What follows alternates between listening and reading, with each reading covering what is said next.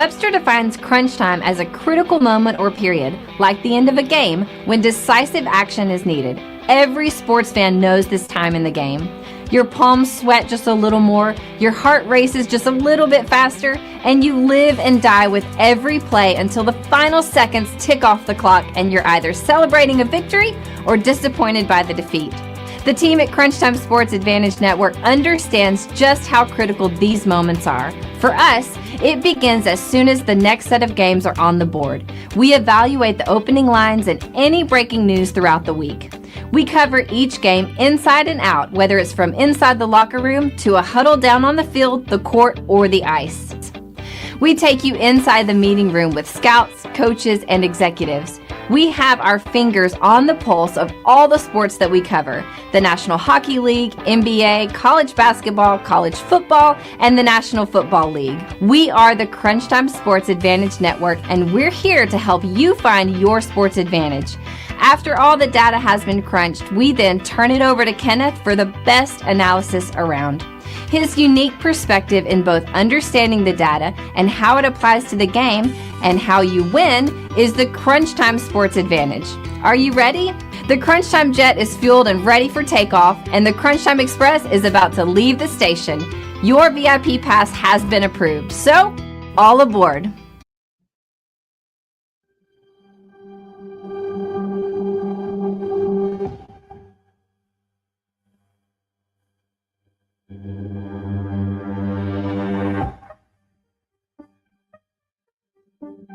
Welcome to the 2024 College Football Team Autopsy Report. An autopsy report is a document that summarizes the findings of an autopsy, an examination of a body after death. It includes details of the examination, tests, and observations performed, as well as the cause and manner of death. Just like a real autopsy report, the Crunch Time Sports Advantage Network College Football Autopsy Report examines a team's body of work after the season has concluded. This report includes a review of the team's season win total and whether they met expectations, key offensive, defensive, and special teams metrics that shaped the season, a deep dive into coaching decisions, including situational play and fourth down aggressiveness, a final season grade, evaluating execution, performance in key moments, and consistency, the final verdict, analyzing what went right, what went wrong, and what must be fixed for 2025. With the 2024 season in the rearview mirror, it's time to examine the patient. To present the findings, we have called in our Chief Medical Examiner and Senior Analyst, Kenneth. And welcome back to the Crunch Time Sports Advantage Network 2024 Team Autopsy Report. Folks, we're heading up to the Commonwealth. We got to take a look at the Kentucky Wildcats because there's some interesting things going on there in the Bluegrass State that we need to take a deep dive into it. So, Kentucky, you're on the autopsy table. Let's get to it, baby. Let's start with the head coach in Mark Stoops. 12 seasons there as the head coach there. Have flirted with a couple of different jobs over the past few years, and I'm starting to wonder if that's taking a toll on the focus of keeping the main thing, and that's winning ball games. When you take a look at coach's record overall, 77 wins, 73 losses. So basically he's been a 500 head coach. He's had 2 seasons with 10 wins. And if you count 2019 when he won 8, the rest of his tenure, it's been pretty flat. And here's the eye-popping number here for me. Back in 2021, this team finished 10-3. Won the Citrus Bowl, but since then, 2022, 2023, 7-6. Last year, 4-8. Are we starting to see a deeper regression as far as Kentucky? I said when Oklahoma and Texas came into the Southeastern Conference, it wasn't going to really affect the top end of the SEC, but what it was going to do, it was going to take that middle pack and push them down. Did we start to see that kind of start to matriculate itself last year with the influx of Oklahoma and Texas being their first year in the conference? We saw this team go 4-8 last year. So That's something to think about going forward if you are a Wildcat fan. Let's get to the betting window. This team had a season win total back in June of 6.5. We know that they fell well short of that. And when we look at our composite win total in season, we had this team as a 5.0. So they were even a game under that expectation in season. So we're going to see a lot of underperforming data here for the Wildcats. Now, typically, I would wait later on to do this, but I think it's absolutely relevant here to talk about the quarterback position. Brock Vandegrift transferred from Georgia because of the logjam there at the quarterback spot, and frankly, could not beat out some of the guys that were there. His first year in Kentucky, 11 games, completed just 57% of his passes for 1,593 yards, 10 touchdowns, 8 INTs. If you want to be a starting quarterback in the Southeastern Conference, if you have any aspirations of potentially graduating to the next level and playing in the NFL, you got to absolutely crush these numbers. I'm talking about doubling the touchdown and cutting the INTs in half. You're looking, if a quarterback is looking at a 20-plus touchdown season and just 4 INTs, that win total could absolutely flip, and you could absolutely get noticed there, young fella. Okay, now let's take a look at some other data points that we love to look at. Your strength of schedule and strength of record. Now, this really won't be as significant for a team that was not even in consideration for making the playoffs, but it is something that is a great exercise for us. When we look at your strength of schedule and what you can control in your strength of schedule if you're in a major conference like this, is your non-conference. Did you schedule a tough non-conference, or did you try to get some layups just to get some wins under your belt? Well, Kentucky played a .610 strength of schedule, the 4th toughest out of 134 teams last year. Their strength of record, now this is something you can't control. Basically, how well did your opponents do during their regular season? Did they rack up a lot of wins, or were they kind of middle of the pack? Well, when we look at Kentucky, .644, 8th toughest out of college football last year at the Division I level. So we're going to see their opponents have some really impressive win-loss records. And if this is your first time joining us, I want to say thank you, whether it's on our YouTube channel or watching this on our Twitter feed at Crunchtime VIP. If you're listening on your podcast platform, you can also check out these shows on those different avenues as well. But want to say thank you for however you're joining us. If we'll pull up the next graphic, let's go through the opponent's win-loss record. Southern Miss, maybe one of the worst teams in college football last year, 1-11. South Carolina was 9-3. Georgia was 10-2.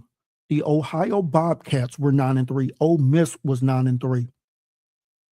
Vanderbilt 6-6. Florida 7-5. Auburn 5-7. Tennessee 10-2. Texas 11-1. And then finishing out with in-state rival Louisville was 8-4. So you can see a lot of teams with 9 or more wins there on this schedule for Kentucky. 5 of their opponents had at least 9 wins. If you include Louisville with 8, 6 of their opponents had at least 8 wins or better during the regular season. That's extremely impressive. Now, we use a baseline number of 68 when we're looking at how good were the defenses that your offense went up against last year, because there were 68 Power 4 teams. So South Carolina, number 7 defense in college football last year for us. Georgia, number 5. Ohio was 57th. Ole Miss was 4th. Vanderbilt, 32nd. Florida, 17th. Auburn, 39th. Tennessee, 3rd. Texas, number 2. And then Louisville, 40th. 10 of their 12 opponents, and if you kick out the FCS opponent in Murray State, that's really impressive. You're looking at an average power ranking for their opponents to be about 30. This is a team that is a fringe top 25 team, so you're talking about a team, worst case scenario is probably about 9-3 there. I said I wanted to kind of take a quick peek at their overall schedule just to see if there was a game that they lost that they should have won. Well, we got to go back to, I think it's week 3 when they lost that heartbreaker 13-12 to Georgia. If they get that win, does it kind of catapult their season forward a little bit better? Who knows? But it would have been very interesting to see if they could have gotten that win starting the season 4-1 instead of 3-2, because we know the middle part of the season just absolutely went haywire when they lost 4 straight games to Vandy, Florida, Auburn, and Tennessee, sandwiched between their 2 bye weeks. All right, so as we dive into their offensive numbers here, I'm going to give you the NCAA average, Kentucky's average in a category, and then what is our adjusted number for that category. So the average team last year scored about 28 points per game. Kentucky only scored 20.6, so a full touchdown behind the average there. When we adjust for opponent, goes up just a little bit to 23.4 points per game. Average team threw the ball for about 227 yards per game. Kentucky at 185. When we adjust for opponent, just ticks up to 186. So far off the pace there for their passing game. Their running game, which has been solid over the last few years, took a little step back this year. Average team, 160 yards per game. Kentucky was at 146 yards per game. When we adjust for opponent, that number balloons up to 176. So they were much better running the ball than what their data shows when we adjust for opponent.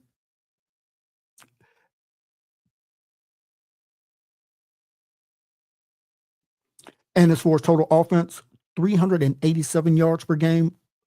Kentucky was at 330. When we adjust for opponent, goes up to 362 based off the adjusted number off of their run game. So gets a little bit closer to the average, but still significantly behind it when you're looking at just their accounting stats. Now, let's take a look at on the season, where did they finish up in these numbers? Average team last year, drives ending with either a touchdown or a field goal, about 40%. Kentucky was at 44.7%. The average team last year ending their drives with a touchdown, about 29%. That's where Kentucky was at 29%. And then third down conversions, 39%. Kentucky, 42.6%. Kentucky needed to do a better job of protecting the quarterback. 31 sacks allowed. That is almost 8 more than what the average team gave up during the regular season last year. And then the 23 turnovers. I talked about it. You cannot turn the ball over in these big-time conferences, especially when you're at a talent disadvantage like Kentucky is in football. Let's take a look at one deeper set of numbers here, and that is our 3 E's. How efficient, explosive, and effective was your offense last year? As far as effectiveness, Kentucky was 87th, 80th in explosiveness on offense, and 68th in efficiency. The Wildcats ended the regular season for us last year as our 78th ranked offense in college football.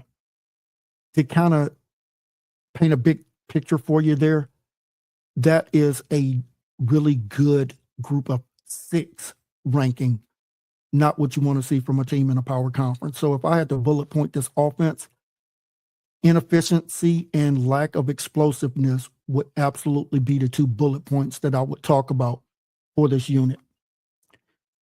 Let's take a look at the defense for Kentucky and what kind of offensive firepower that they have to go up against week in and week out. Again, using that baseline of 68, South Carolina was 19th. Georgia was 12th. Ole Miss had the 5th best offense for us in college football last year. Vanderbilt, 51st. Florida was 25th. Auburn was 56th. Tennessee was 26th. Texas was the number 6 offense for us last year, and Louisville was 18th. You're talking roughly about 9 of their opponents inside of that top 68.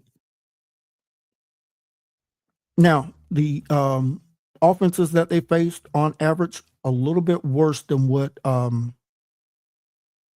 their offense had to face from the opponent's defense.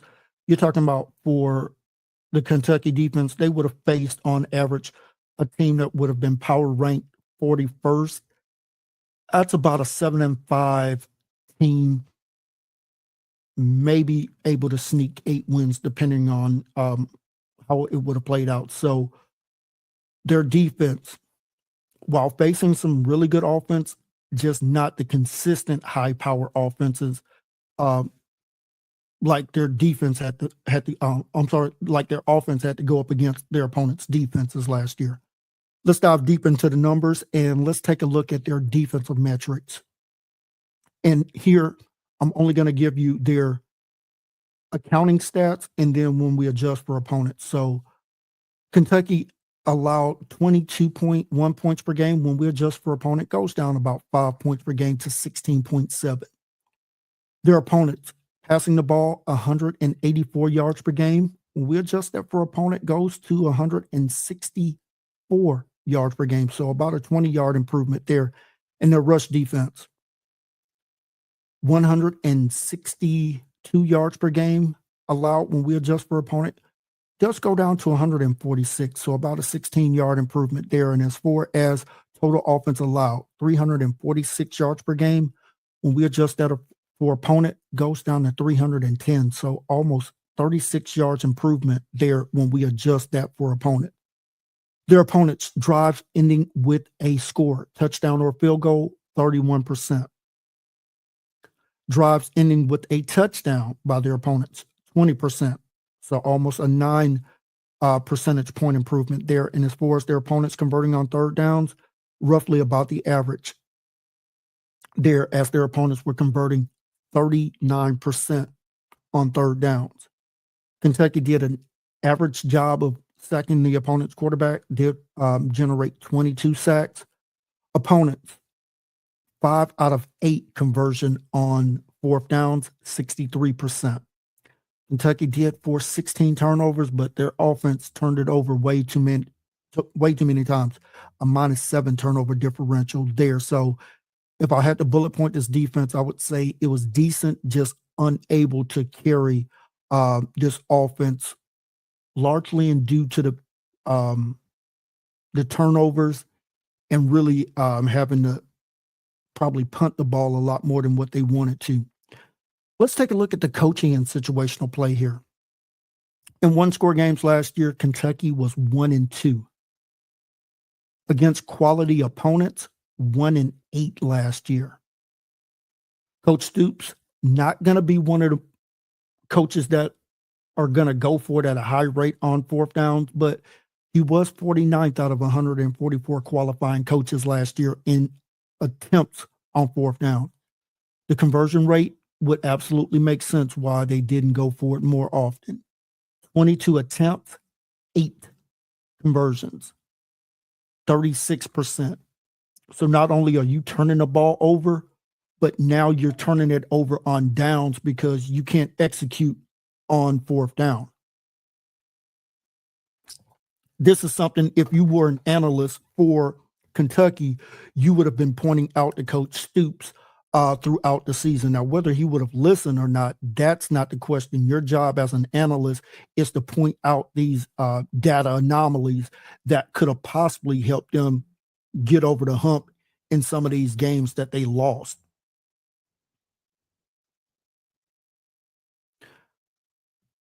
Now, we talked about the quarterback in Brock Vandegrift and how he needs to improve. Since I have a little bit of extra time here before I have to get to the offense and defensive splits in the games that they won versus their losses, let's take a look at some of their leaders on offense.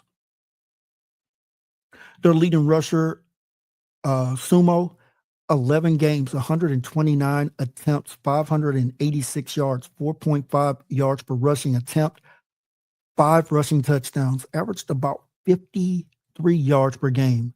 You're looking at Jamarion Wilcox, their number 2 running back, 92 carries, 590 yards, 6.4 yards per attempt, 2 touchdowns, 49 yards per game on the season. So between between your number one and number two running back, you were averaging about 100 yards per game from those two. You would think with Wilcox's home run hitting ability that he probably should have gotten a few more carries early in the game, or if not, hit him with a screen pass out of the backfield and get the ball in his hand, because both of these running backs did a decent job running the ball. They just weren't used in a passing game. You're talking about a combined 27 receptions for 178 yards between the two of them. You got to get those guys out of the backfield and be able to just make a guy miss and pick up an extra 8 or 9 yards there for your offense. Just didn't really see that. Sports their leading wide receivers, Dane Key, 47 receptions, 715 yards, 2 receiving touchdowns on the season. He averaged about 60 yards per game receiving, and he was their leading receiver.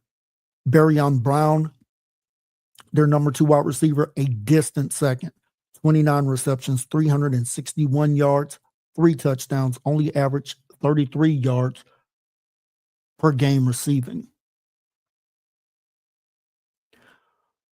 All right, let's take a look at their splits here. And in their 4 wins, from an offensive standpoint, this team was averaging 35 points per game, 252 yards passing on 27 attempts, 9.5 yards per attempt, 14.2 yards per reception.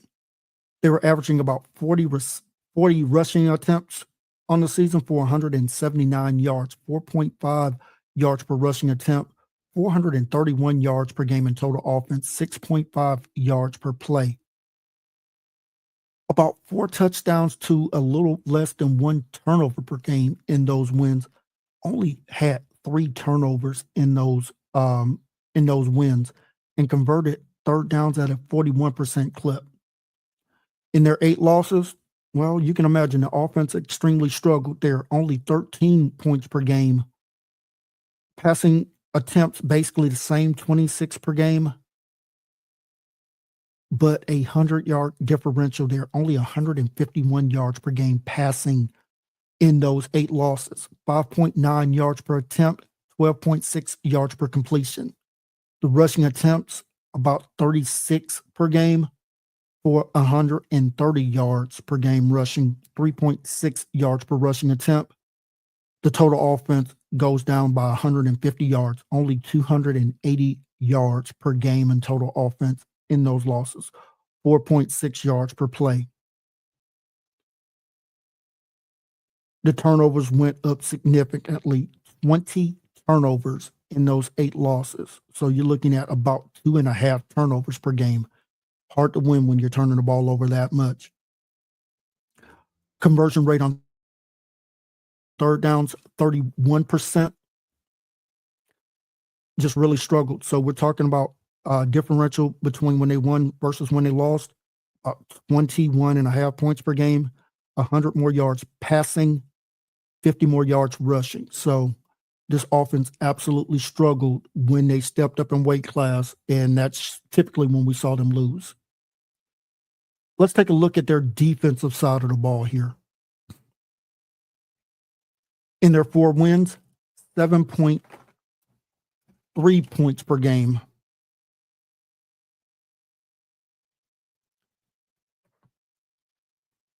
Their opponents were averaging about 167 yards passing on 24 attempts, 7.1 yards per passing attempt, 13.1 yards per completion, 75 yards rushing per game allowed on 25 carries. Opponents averaging 3 yards per rushing attempt in those 4 wins, 242 yards per game in total offense, 5 yards per play is what they surrendered in those wins. This defense was forcing about 2 turnovers per game, as they generated 8 total turnovers in those 4 wins. Their opponents converting on third downs 26% of the time. When we look at their 8 losses, 30 points per game allowed, 192 yards per game passing allowed on 23 attempts. The yards per attempt goes up to 8.3. The yards per completion goes down just a tick to 12.2. Their opponents were running the ball with record success. 42 carries, 205 yards, 4.9 yards per rushing attempt, 398 yards per game in total offense, 6.1 yards per play. Their opponents converting on third downs, 47%, and they only generated 8 turnovers in those 8 losses. So there's your differential there. Defense could not support an offense that was struggling, gave up far more points, and looks like about 130 yards per game more rushing, 156 more yards per game in total offense there by their opponents. So this unit struggled a little bit. Now, if I take a look at the special teams, I want to see if there's anything that stands out for me here. I would say the special teams were above average. You're talking about a field goal unit that converted 93%, well above the average there. Did miss the 1 extra point. Now, their punt unit needs to improve a little bit. Only 42 yards per punt. That had you ranked about 84th in college football last year. So absolutely need to improve the special team. And that's going to lead us into the final grade and the final verdict.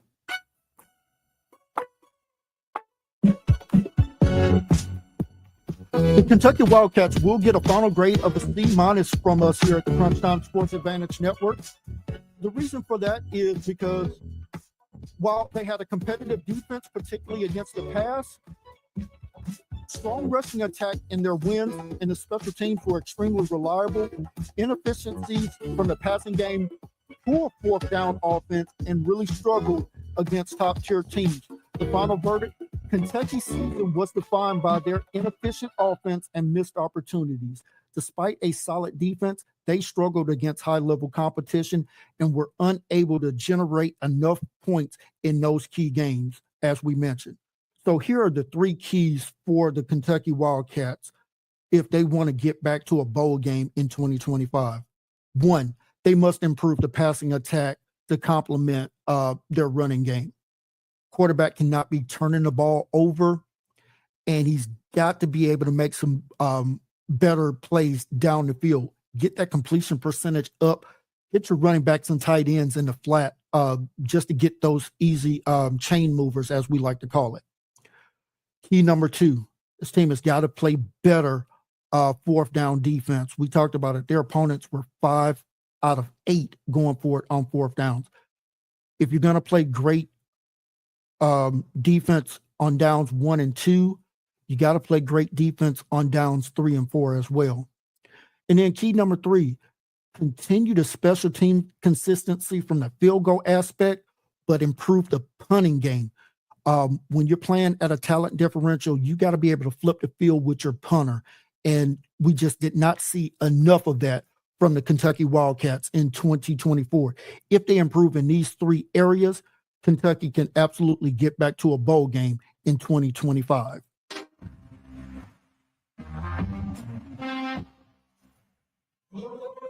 Thank you for tuning into this podcast. We hope you enjoyed today's episode and our deep dive into all things college football. Don't forget to subscribe, rate, and review the show on your favorite podcast platform. And if you're watching on YouTube, be sure to like this video and hit that subscribe button. You can follow us on Twitter at CrunchTimeVIP for updates, insights, and more content. And make sure to visit our website at CrunchTimeSportsAdvantage.com for in-depth blogs, game previews, and information about our Crunch Time Express handicapping packages. Thanks again for listening, and we'll see you next time for our next patient on the 2024 College Football Autopsy Report.